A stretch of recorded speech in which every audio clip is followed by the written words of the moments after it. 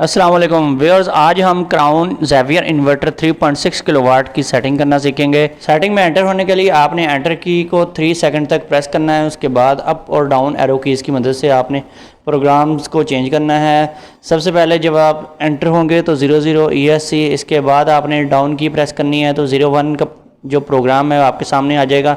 इसमें आपके सामने कुछ 2-3 किस्म के मोड्स हैं, USB, SUB और SBU। यहाँ पे अगर आप बग़ैर सोलर के आप एज अ UPS इसको यूज़ कर रहे हैं तो फिर इसको USB ऑप्शन पे आपने रखना है। और अगर आप सोलर के साथ यूज़ कर रहे हैं तो फिर आपके पास 2 मोड्स हैं, SUB और SBU। तो इसमें आपने जो SUB रखेंगे तो इसका फ़ायदा आपको ये होगा कि दिन के टाइम भी आपकी यूटिलिटी शेयरिंग के साथ यूज़ होगी, यानी कि जो एक्स्ट्रा आप लोड डालेंगे तो फिर यूटिलिटी से शेयर होगा। और अगर SBU पे रखेंगे तो बैटरी से शेयरिंग होगी दिन के टाइम, जब सोलर जो है फर्स्ट प्रायोरिटी के तौर पे इन दोनों मोड्स में काम करता है। और SUB मोड पे क्या होता है, रात के टाइम जब सूरज ख़त्म होता है मगरिब के टाइम, तो ये ऑटोमेटिकली सोलर जब ख़त्म होता है तो यूटिलिटी पे शिफ्ट हो जाता है, यानी कि जो सेकंड ऑप्शन है, सेकंड प्रायोरिटी है। इसी तरह से SBU में ये सेकंड प्रायोरिटी यानी बैटरी के ऊपर शिफ्ट हो जाता है। तो इन दोनों चीज़ों में ये डिफरेंस है। इसके बाद हमारे पास नंबर 2 पे मोड आता है maximum solar charging current, maximum charging current equal to utility charging plus solar charging. अगर आपने 16 नंबर पे SNU सेलेक्ट किया होगा तो ये दोनों को मिक्स करवा के चार्जिंग करेगा। तो अगर आप CSO रखेंगे तो फिर यूटिलिटी को साथ यूज़ नहीं करेगा। यहाँ पे आपने क्या करना है, फिर सोलर चार्जिंग करंट सेट करना है, बैटरी जितने चार्जिंग करंट से आप चार्ज करवाना चाहते हैं। यहाँ पे आप देख सकते हैं कि डिफ़ॉल्ट वैल्यू जो है वो 60 एम्पेयर है। ये बहुत ज़्यादा है जिसकी वजह से बैटरियाँ ख़राब हो जाती हैं। इसको डिफ़ॉल्ट पे कभी भी नहीं रखें। और आपने क्या करना है, इसको 30 एम्पेयर पे कर देना है। अगर आप 200 एम्पेयर आर की बैटरी TX 1800 या 27 प्लेट की कोई बैटरी यूज़ कर रहे हैं तो फिर इसको आपने 30 पे रखना है। अदरवाइज़ अगर आप 15 प्लेट्स या 17 प्लेट्स की बैटरी है आपके पास, यानी कि 100 एम्पेयर की बैटरी है, कोई भी 100 एम्पेयर आर की बैटरी, तो फिर आपने इसको 20 पे करना है। और इसके अलावा 3 पे है AC इनपुट वोल्टेज रेंज। यहाँ पे 2 किस्म के मोड्स हैं, APL और UPS।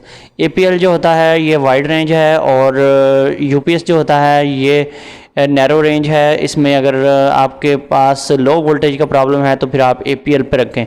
अगर आप PC यूज़र हैं तो इसको आप UPS पे रखें। और इसके बाद बैटरी टाइप है 5 नंबर पे, यहाँ पे AGN, FLD और USC। आप सबसे बेस्ट जो ऑप्शन है वो USC, इसको करें सिलेक्ट, ताकि आप अपनी मर्ज़ी के पैरामीटर्स फीड कर सकें। और 6 और 7 नंबर पर जो है auto restart when overload occurs and over temperature occurs, इसको हमेशा डिफ़ॉल्ट वैल्यू यानी कि रीस्टार्ट डिसेबल रखना चाहिए। इसके अलावा 9 नंबर पे फ्रिक्वेंसी है, ये हमेशा 50 साइकिल रखनी चाहिए, 50 हर्ट्ज़। और 10 नंबर पे आउटपुट वोल्टेज हैं, ये हमेशा 230 वोल्ट डिफ़ॉल्ट वैल्यू पर रखना चाहिए। इसके अलावा 11 पे है मैक्सिमम यूटिलिटी चार्जिंग करंट, यानी कि ग्रिड यानी वापडा से आप कितने एम्पेयर से बैटरियाँ चार्ज करवाना चाहते हैं। यहाँ पे आप एम्पेयर सेट कर देंगे और एम्पेयर जो हैं आप 100 एम्पेयर आर की बैटरी के लिए 10 रखेंगे, और जबकि 200 एम्पेयर आर की बैटरी है तो फिर 20 भी रख सकते हैं, 10 भी रख सकते हैं। कोशिश करें कि जितने कम एम्पेयर से बैटरी चार्ज हो। कम एम्पेयर से चार्जिंग करवाएंगे तो बैटरी ज़्यादा टाइम लेगी चार्ज होने में, ज़्यादा एम्पेयर से करवाएंगे बैटरी जल्दी चार्ज होगी लेकिन ख़राब भी होगी। इसके अलावा 12 नंबर पे है स्टॉप डिस्चार्जिंग पॉइंट, यानी कि ये वोल्टेज हैं, ये वो वोल्टेज लेवल है जब काम करता है, जब SBU नंबर 1 पे आपने सेलेक्ट किया होगा तो क्या होगा कि अगर आपने यहाँ पे 23 डिफ़ॉल्ट वैल्यू है, आपने 23 ही सेट करनी है। जब आपका इन्वर्टर शाम के टाइम बैटरी को यूज़ कर रहा होगा तो फिर 23 वोल्ट तक इसको डिस्चार्ज करेगा और उसके बाद ये वापडा पे शिफ्ट करवा देगा लोड भी, और चार्जिंग भी स्टार्ट कर देगा। और इस तरह 13 नंबर पे है टॉप चार्जिंग द बैटरी, यानी कि ये FUL पे रखेंगे तो बैटरी जब तक फुल चार्ज नहीं होती तब तक ये चार्जिंग जारी रखेगा ग्रिड के ऊपर, जो चार्जिंग शाम के टाइम होती है। तो ये उसकी सेटिंग है। इसको अगर आप इससे कम रखेंगे तो इन्वर्टर में फॉल्ट भी आ सकता है, इसलिए आप इसको FUL पे ही रखें। 16 पे है चार्जर सोर्स प्रायोरिटी। इसमें आप CSO रखेंगे तो जो कि बेस्ट ऑप्शन है, सोलर फर्स्ट। तो सबसे फर्स्ट प्रायोरिटी जो होगी सोलर को यूज़ करेगा, उसके बाद सेकंड प्रायोरिटी पे ये यूज़ करेगा ग्रिड को, यानी कि जब सोलर अवेलेबल होगा दिन के टाइम तो सिर्फ सोलर से चार्जिंग होगी। और SNU रखा हुआ है, इसका मतलब है कि दिन को सोलर और यूटिलिटी दोनों मिक्स होकर बैटरियाँ चार्ज करवाती हैं। और 16 नंबर पे OSO भी रख सकते हैं, यानी ओनली सोलर से चार्जिंग, यानी कि अगर ये मोड सेलेक्ट करेंगे तो ग्रिड से चार्जिंग ना दिन को होगी ना रात को होगी। इसके अलावा 18 नंबर पे है अलार्म कंट्रोल, यहाँ पे ऑन ऑफ करवा सकते हैं। और 19 पे है auto return to default display screen. और 20 पे है बैकलाइट कंट्रोल। इसके अलावा 22 पे है beeps while primary source is interrupted, यानी कि जो इन्वर्टर लंबी बीप देता है जब वापटा सिस्टम में इन होती है या आउट होती है, इसी तरह से सोलर। और 23 पे बाईपास डिसेबल। और 25 पे रिकॉर्ड फॉल्ट कोड अनेबल। तो इसके बाद 26 पे आपने रखनी है सेटिंग बल्क चार्जिंग वोल्टेज की सेटिंग। ये आपने अगर आपकी सिंपल लेड एसिड बैटरी है 28.2 रखेंगे। अगर आप ओल्ड मॉडल की जो पुराने ज़माने में ड्राई सेल बैटरीज होती थी या lead acid sealed lead acid batteries होती थी या फिर जेल टाइप बैटरीज होती थी, उन सब बैटरीज़ के लिए आपने इसको 28.2 ही रखना है।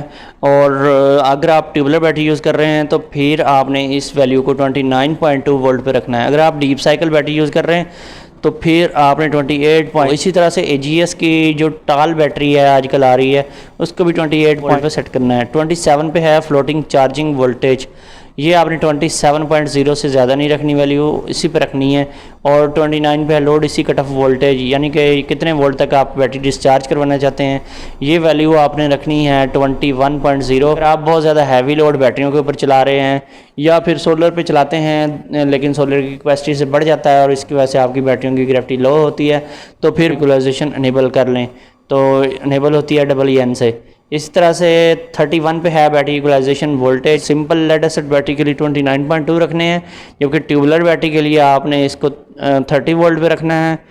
और इसी तरह से डीप साइकिल बैटरी के लिए आपने इसको 29.5 पे रखना है।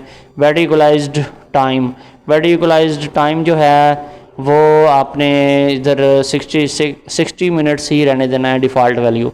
इसके अलावा इक्वलाइज टाइम आउट 120 और इक्वलाइजेशन इंटरवल जो है ये, इसका मतलब ये है कि 30 दिन बाद इक्वलाइजेशन ऑटोमेटिक अनेबल हो जाए खुद ब खुद एक दिन के लिए, और वो एक दिन में जो 2 घंटे के लिए इक्वलाइजेशन हो उसके बाद दोबारा स्टॉप हो जाए। तो अगर बैटरी बहुत पुरानी है, बहुत ही ख़राब है, तो फिर आप इसको 10 डेज़ भी या 15 डेज़ भी रख सकते हैं। इसके अलावा इक्वलाइजेशन एक्टिवेटेड इमीडिएटली, इसके यहाँ पे आपने अगर चाहते हैं कि अभी इक्वलाइजेशन अनेबल हो जाए तो फिर AEN कर दें, अदरवाइज़ आप इसको डिसेबल ही रहने दें। इसके अलावा 38 पे है नेट मीटरिंग के लिए ऑप्शन है, ये ग्रिड फीडिंग के लिए यूज़ होता है। Solar energy feed to grid configuration, और यहाँ पे आपने इसकी डिसेबल ही रखनी है GFT अगर आप नेट मीटरिंग यूज़र नहीं है। अगर आप नेट मीटरिंग यूज़र हैं तो फिर इसको अनेबल कर दें, GFE कर दें। इसी पे है लोड इसी cut off voltage on second output, ये है हमारी जो सेकंड आउटपुट है उसके ऊपर हमने कितने वोल्टेज सेट करने हैं। 60 नंबर के इस प्रोग्राम को आप 21 वोल्ट से 31.5 वोल्ट के दरमियान सेट कर सकते हैं। यानी कि जैसा कि आपने देखा होगा कि फ्रोनस के जो इन्वर्टर्स आ रहे हैं जिनमें प्लाटिनम सीरीज़ के डुअल आउटपुट है या कुछ और भी लोकल कंपनीज़ हैं, उनमें ये रेंज जो होती है 3 किलोवाट के इन्वर्टर में 21 से 23 वोल्ट तक होती है। 23 वोल्ट तक यानी कि जो हैवी लोड होता है उसको कट ऑफ करवा सकते हैं, जो सेकंड आउटपुट पे हमने एक आध लोड लगाया होता है। तो ये जबकि एक अच्छा इन्वर्टर है, इसमें ये रेंज आप 31.5 पे भी सेट कर सकते हैं। यानी कि अगर आप इसको 30 या 31.5 पे सेट कर देंगे, इसका मतलब ये होगा जैसे ही लाइट बंद होगी, लोड शेडिंग होगी रात के टाइम, तो फिर बैटरियों के ऊपर आपका लोड आ जाएगा तो फ़ौरन ही ये कट ऑफ करवा देगा हैवी लोड को, यानी कि जो सेकंड आउटपुट के ऊपर आपने कनेक्ट किया होगा अपना एक आध हैवी लोड। इसके अलावा यहाँ पे आप 61 पे देख सकते हैं setting discharge time on the second output, यानी कि इस इन्वर्टर में डिस्चार्ज टाइम की सेटिंग भी मौजूद है। 0 मिनट से लेकर 990 मिनट तक आप इसकी सेटिंग रेंज को कर सकते हैं। अगर आपकी 60 नंबर की जो सेटिंग है ये काम नहीं कर रही तो फिर 61 वाली ये काम करेगी। तो इसकी जो वैल्यू है DDS रखी हुई है, यानी कि डिस्चार्ज प्रोटेक्शन जो है डिसेबल रखी हुई है डिफ़ॉल्ट में, तो इसको आप इनेबल भी करवा सकते हैं। इस इन्वर्टर में कुछ फॉल्ट्स जो होते हैं वो यहाँ पे दिए गए हैं, ये आप फॉल्ट्स देख लें। ये इस इन्वर्टर में ये फॉल्ट्स आते रहते हैं और वार्निंग इंडिकेटर्स भी दिए गए हैं। यहाँ से आप देख सकते हैं कौन कौन से वार्निंग इंडिकेटर का क्या मतलब है। इसके अलावा यहाँ पे ट्रबल शूटिंग दी गई है डिफरेंट फॉल्ट्स की।